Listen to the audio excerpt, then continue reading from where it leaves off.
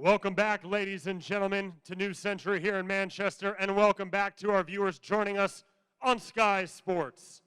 Repeat or revenge? That is the theme for the rematch to take place this Saturday, September 2nd, from the AO Arena in Manchester, live on Sky Sports box office and around the world on ESPN+.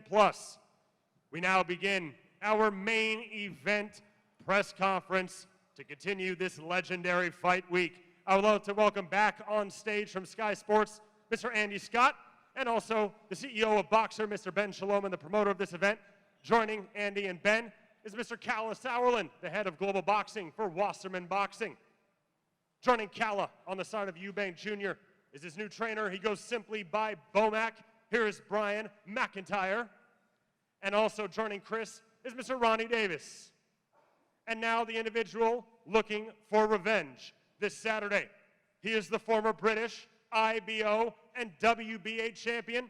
Ladies and gentlemen, the one and only Chris Eubank Jr.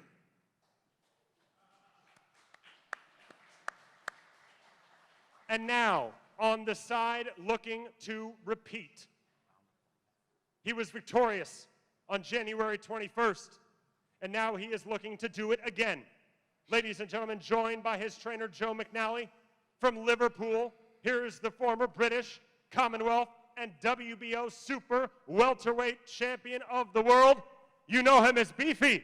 Here is Liam Smith. Andy, Ben, Kalle, the bell is rung. Let's get it going.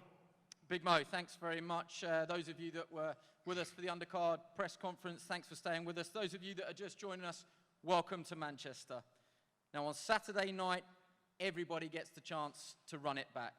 Liam Smith and Chris Eubank Jr. will once again battle it out over 12 rounds or less at the AO Arena, Manchester. Same venue, same opponents, but yet still so many unanswered questions. Liam Smith told us exactly what he was going to do, and he did it. Chris Eubank Jr. finds himself in a situation that he's never been in before, with arguably more pressure than he's ever felt before in his professional career. Will it be round 5 and everybody picks up where we left off, or is this a fresh start? But the big question, will it be repeat or will it be revenge? Go straight to the fighters, and I'll come to Chris Eubank Jr. first. Chris, welcome. I'm sure you've got plenty to say. Do you agree with that sentiment that this is the first time that you've had to come back from a stoppage defeat? This is the first time that you've been involved in a rematch. Is this the most pressure that you felt, or maybe not felt, but the most pressure that you've been under in your professional career? I would agree with that statement. I've said that throughout the whole camp, and it's the truth. It is a new pressure that I have never had to deal with before. But I'm enjoying it. I'm enjoying the focus it's giving me. I'm enjoying the, the hardship that I'm having to go through mentally and physically to be able to, execute the game plan on the night. It is a new pressure. It is a new risk I have now in front of me. I'm excited to go out there and see how I react when I have a man in front of me who has a win over me. Can I keep my emotions in check? Can I stick to what we've been practicing over the last 8 weeks? We're going to find out in a couple days. May I ask you about the changes that you've made in camp, notably the man on your left shoulder, Bomac, Brian McIntyre, but also changes in your structure. I think anybody that's ever filmed with you has always been told don't come before 3 o'clock in the afternoon. To hear that you were out 8 a.m., to hear that you've got a nutritionist and numerous changes in camp, how have you adjusted to that? Presumably a little bit of a shock to the system? Absolutely, but it's something that I relish. I relish a new challenge. I relish the chance to try different things. I was never a morning guy. I was always waking up in the afternoon, training in the afternoons and the evenings. Now I'm a morning guy. That's how Bomac and his team prepare. And yeah, I've been following their lead. Yes, I have a nutritionist now for the first time in my camp. I actually came in underweight for the last fight. We don't want to be doing that again. Just little things, small adjustments. You know, when you come off of a loss, you can't keep everything the same. You have to make changes. You have to see where you slipped up, and you have to try and, you know, improve those areas where you were weakest. And that's what we've done. I think everybody's been glued to the brilliant build-up shoulder programming that's been out on Sky Sports. The gloves are off, behind the ropes, both episodes, off limits, all available to consume on our YouTube channel. In those, on more than one occasion, you described it as a miracle, what happened in the first fight, and you still maintain that you are the better fighter. Absolutely. What happened in the last fight was not supposed to happen. It was never, it was, you know, even to Liam, he may not admit it, but he was not expecting the fight to finish how it finished. Nobody was. You know, but again, it's not for me to say, you know, I have to prove that I am the better fighter. Me saying it, me believing it is not enough. And again, if he pulls it off again, if he does what he did in the first fight, in this fight, I can't argue with anybody. I can't argue with him. I can't argue with the boxing public. He will be the better fighter, and that'll be it. But as of right now, I know I'm the better fighter, and I'm going to go out there and prove it on Saturday night. Liam, I'll come straight to you. He said it was not supposed to happen, and you heard him just say it there, whether or not you would admit it or not, that he thinks it was a miracle. Which one was the miracle? That's the question. Which one's the miracle, Chris? What shot was the miracle? What shot was the miracle? The miracle was you walking away with a win over me. What shot was the miracle? Just answer the question. We're all listening, we're all talking. What shot was the miracle? I'll answer whatever questions I feel like answering. You shouldn't have won the fight. You answer whatever questions and I'm suits going to you. rectify that in a few days' time. You answer what question suits you. Let me ask you, Liam, you heard what Chris had to say there about the changes, but a quote that I picked out that you said the biggest difference between you and your opponent is that you're still able to retain information, still learn, still listen, that you believe that regardless of who's telling him, be it Roy Jones or on this occasion, Brian Bomac McIntyre, that it doesn't stick. Yeah, 100%, and you know, Brian and the rest of the team over there will be prepared for the backlash again, because he'll blame you once he loses this time round. He's just gone round the houses, everybody, nutrition, you come in with light, you blame everyone else, but Chris Eubank got it wrong. You made too many mistakes. You made the mistakes. Roy didn't make the mistakes. Bomac's not going to make the mistake this time. You make the mistakes. Just take it on the chin yourself. You lost the fight because you got nailed. And the miracle was just how easy it was. Like I said, I touched you. The fight never even got going. I touched you. And what did you say, Chris? You've never been hurt. I hurt you. You've never been dropped. I dropped you. And you've never done that chicken dance. I made you do that as well. I've never said I've never been hurt. You did. They were your words. Chicken dance was your word. You can't not be hurt in the sport of boxing. I've been doing this my whole life. Chris, it got played over the episodes, mate. It was your voice, not mine. It got played over the episodes. You've never been down. You've never been hurt. I have never been down. But of course You have now, and I done it to you. Of course I've been hurt. This is the boxing. And you've never done the chicken dance, and you've done that last time out too. You get hurt. But the fact of the matter is, it's actually all irrelevant. What was said, what was done, it's not going to change anything now. You say this when you've got nothing to say, Chris, but we're here, we're at a press conference with a bunch of public and a bunch of media who are asking these questions, I can talk just all day, my them. friend. That's very well documented. But again, what was said, what was done previously, I'm not even focused on. I don't care. All I care about is the preparation I've had, which has been excellent, and the performance I am going to have on Saturday night, which is going to be exquisite, supernatural. It's going to be a beautiful artistic display of savage boxing, and I cannot wait. said the exact same thing to you last time. You said all this shite. Good luck, Chris. Because that's all you said last time. The same type of words. You'll be on the receiving end of a beautiful display of boxing. You said this last time, Chris. Like we're on repeat again. Yeah. It's like we're here, the same old stuff. You said all this last time, and then you make the excuses. Are you enjoying the fact that you get to say to everybody, notably Chris? I don't need to say it. It said it for itself. You know, and you've done all the work. Whoever done the promos put out what I needed to say. You know, everything, the voiceovers. I've never done the chicken dance while Chris is doing the chicken dance. You know, I've never been dropped as he gets dropped. They were all, it was Chris's voiceover. It was Chris. The words come from Chris's mouth, not mine. I was not saying he's never been hurt or he's never been dropped. It was Chris's voiceover on the program. So, you know, whoever put that together, great, because I don't need to say much about that. That spoke for itself. But the fact that you get to tell everybody I told you so, how does that feel? That was the great point of winning the way I won, because it was all week. It was like Chris couldn't be hurt, and I was like, never say never. And that's basically, I told you. I told every one of you, don't ever think anybody can't be hurt because they've got a good chin.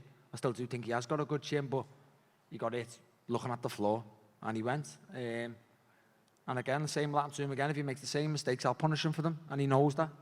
Before we go to the trainers, Chris, you've mentioned, you know, you like it when it gets to a dogfight, and I know Bomac is very much a great motivator in instilling the dog in his fighters. It was a boxing match at times in the first fight. Do you believe that there will be a point in this fight where we will get that chaos breakout in centre ring? It's very likely. It's very likely that at some point the leather starts flying on both sides. But we have a game plan. You know, we have a strategy. I'm not going to give it away. I'm not going to say how I'm going to approach the fight. But I'm comfortable. I'm confident in what we are going to do to combat Liam Smith. Bomac, I'm going to come to you. Welcome. There's a lot of changes in the team, and you probably are the biggest one yourself, and Coach Red and Isao, Diguez, the team that you've got out there, straight off the back of one of the great wins in our era of Terence Crawford over Errol Spence. So congratulations for that, and to the whole team. But specifically on this fight, what have you tried to instill in Chris Eubank Jr. in what is, relative speaking, a short amount of time? Well, all the things that, you know, a trainer wants to bring to a fighter to get him to that next level, I will say Chris already got it in him. So it just takes me and my team to touch a few points just to remind him of things that he already knows. It's real simple. A lot of people have criticised Chris in the past and said he just doesn't listen. It doesn't matter who's training him. He doesn't listen. From your experience out there in Vegas, you had a good student there that was willing to listen? I always tell everybody when they ask me that question is, Chris is a sponge. He soaks it up. He go out there and execute. Again, he already knows what he needs to do. He just needs somebody in his corner, a good team around him, just reminding him of the small, simple things. You two are veterans, you know, throwaway question, you're not going to answer it, but if you could tell us one thing that you guys can do different from the first fight, what would it be? Just correct our mistakes. You're confident that you've got the winner sitting next to you there? Hey, it's still that from the day one that we started talking. Let's correct our mistakes.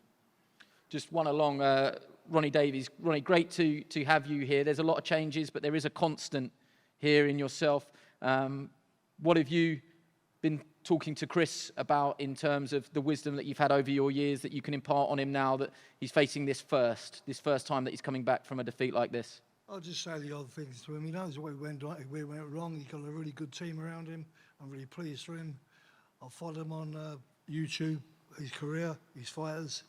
So he's with the right people, and I'm pleased for that. Whatever he wants, whatever's best for him, I'm there. I've always been there for him from when the day he was born, right through. I've been with him right through his career. I'm proud that I'm still with him, and I feel privileged I'm in the corner of these boys. And that's it. That's all I can say, really. And he will beat Smith. No disrespect. Liam, I think he's a great fighter, Liam Smith, and not to be underestimated one bit. That's all I've got to say, really.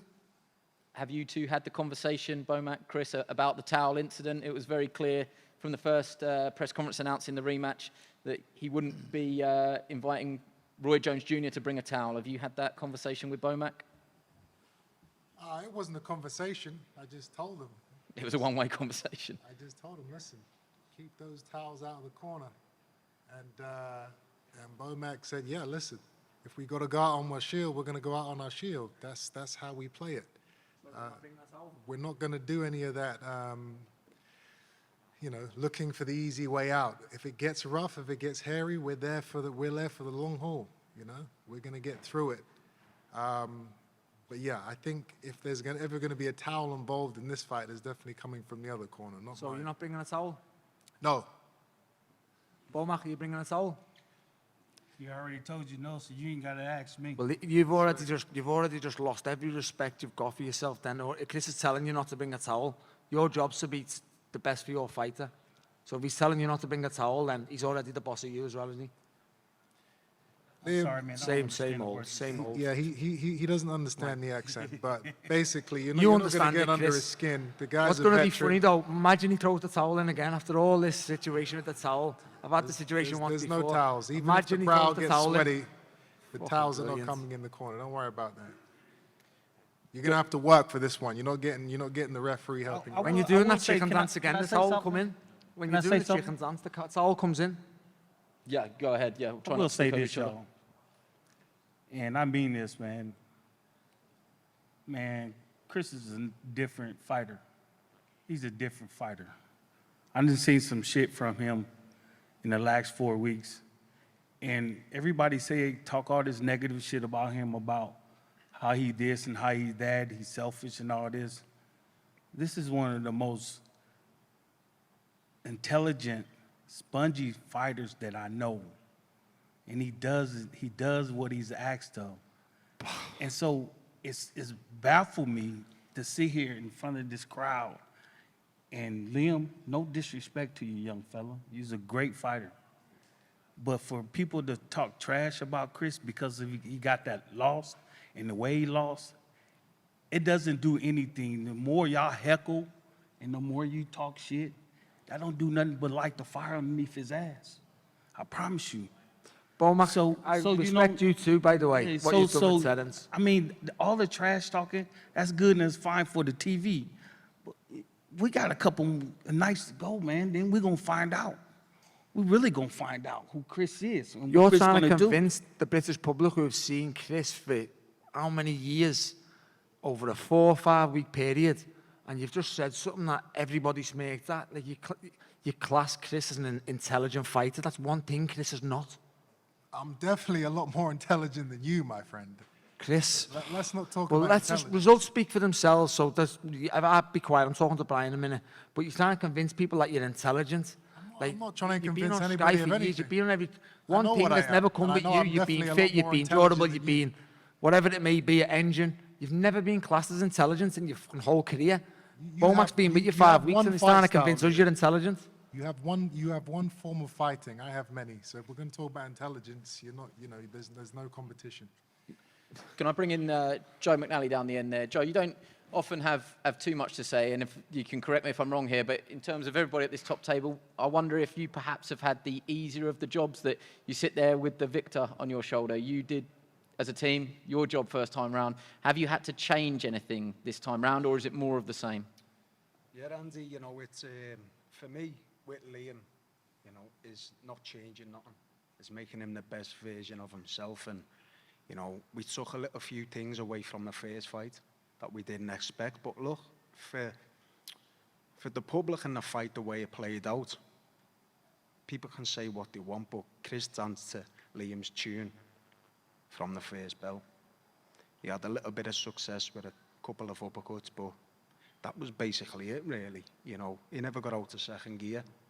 He transitioned through the gears in round 4, put Chris where he wanted him, and finished the job. That's the top and bottom of it, really. Liam's very, very, very intelligent. Chris is a fantastic fighter, a very good athlete, and you know, right now he's wounded. He's a wounded animal, and he needs this and he wants it because where does he go if he loses? But look, if Liam lost, he'd won a trilogy. But I know this man next to me would sit in the hotel in 30 minutes and say, if I lose to this fella, I'm jibbing it. And that's the difference, you know. And I just think that Chris was dangerous the first fight, and he's dangerous, just as dangerous, if not more, this one. And it's one that Liam's prepared for. Yeah, a wounded animal is a dangerous animal. Just quickly, you'll be hell-bent on repeat, but do you think the method of victory will be repeat? You think that Liam will stop Chris this time around again? It doesn't matter to me. Stoppage, you know, points victory. It's just a Liam Smith win all day, you know. I'm truly confident, more so they can say he's got, you know, Bo Mack, Terence Crawford trainer, they've teamed up. But what can really change in 4 weeks? You know, Rui walked away from the job 4 weeks out, and I don't think you can get a bond with a fighter in 4 weeks' time. If the biggest asset that they've changed for the camp is getting up at 8:30 in the morning instead of training, they're in for a long night, and you know, that's my opinion. Let's bring in the two promoters. Ben, I'll come to you first.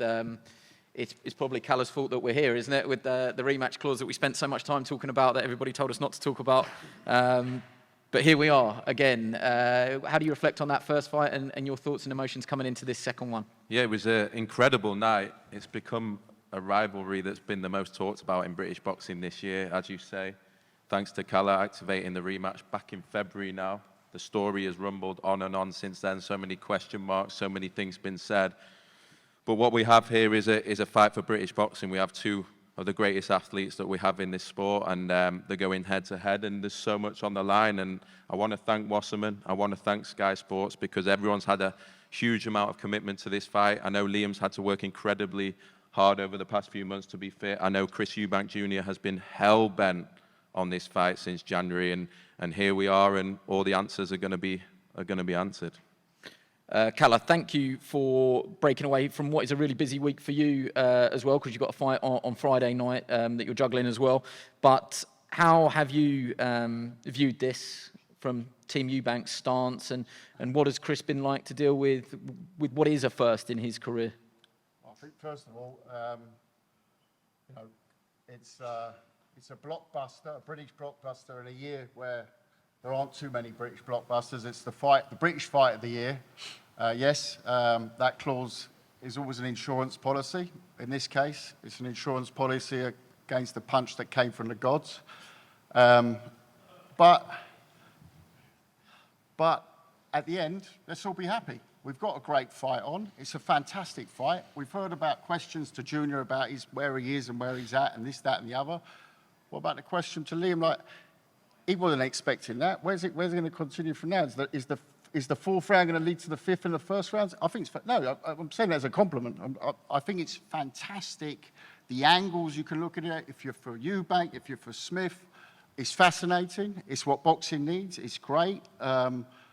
Let's not bury any bones about it. This year hasn't been a good year for those sort of fights. So hey, I'm just delighted we got a fantastic fight Saturday night. My man's going to do the business, but good luck to everyone. Thank you very much. And with that, will you predict a trilogy? Sorry.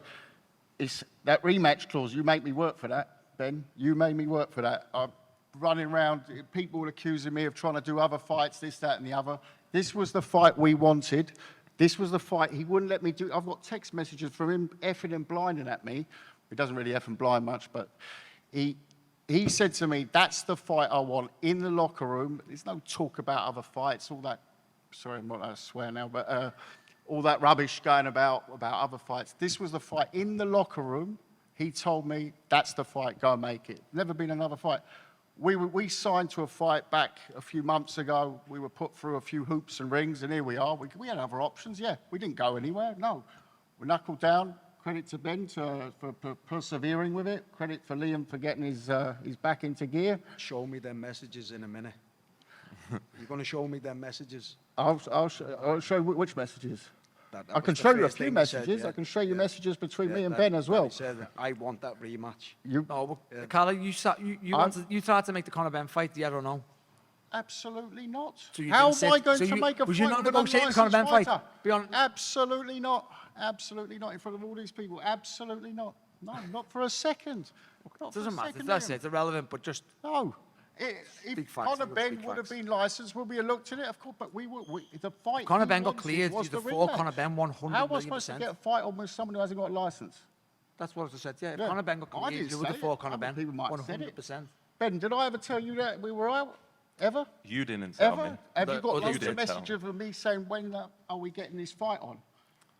Look, We I moved think the date done 4 anyway, times. we're here now. 4 times. We're Yeah. here now, exactly. It's all good. On- We've got a great fight Saturday night. Tune in and watch it. Let me just ask this then. So what does that say about Chris Eubank Jr.'s character? I think you'll see what, it's easy to talk it, but I saw him in Vegas recently, and what struck me was, you always see these Instagram pictures of him with superstars and partying in Vegas. I don't know when he actually films these and puts them out, but he was alone. He seemed not in a lonely place, but he was out in Vegas, and I said to him, he's 47 degrees. You all right in camp over here? He said, yeah, I like it. In and out the gyms there. He's actually, to take away all the Instagram famousness, it's actually he's a proper fighter. He's a fighter that you see in all walks of boxing life. Different, yeah, different. Liam's from a fighting family as well, and but he's different. But he's so into that gym training, Vegas, the whole thing. It's so he took himself off. He had a camp the first time. I think was a mistake in Brighton, but at the same time, mistakes you only know afterwards. You learn from them. He's brought on Bo-Mac. It's the first time in a big fight he's going to have. Talk about people saying, he's brought in Bo-Mac. What is he going to do, 4 weeks' notice? What are you going to do? At his stage of his career, what are you going to do? Find a trainer and teach him boxing again, come back in 3 years' time? No. Bo-Mac's there to give him that professional setup of a team going into a big fight, which he's never had before in his So career. Rui never give him that. He's never done that before. Rui never give him No, professionalism.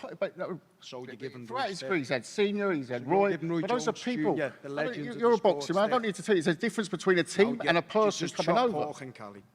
I'm not a trainer. I'm just saying he's always had those Rui is the personas ultimate in the professional. corner.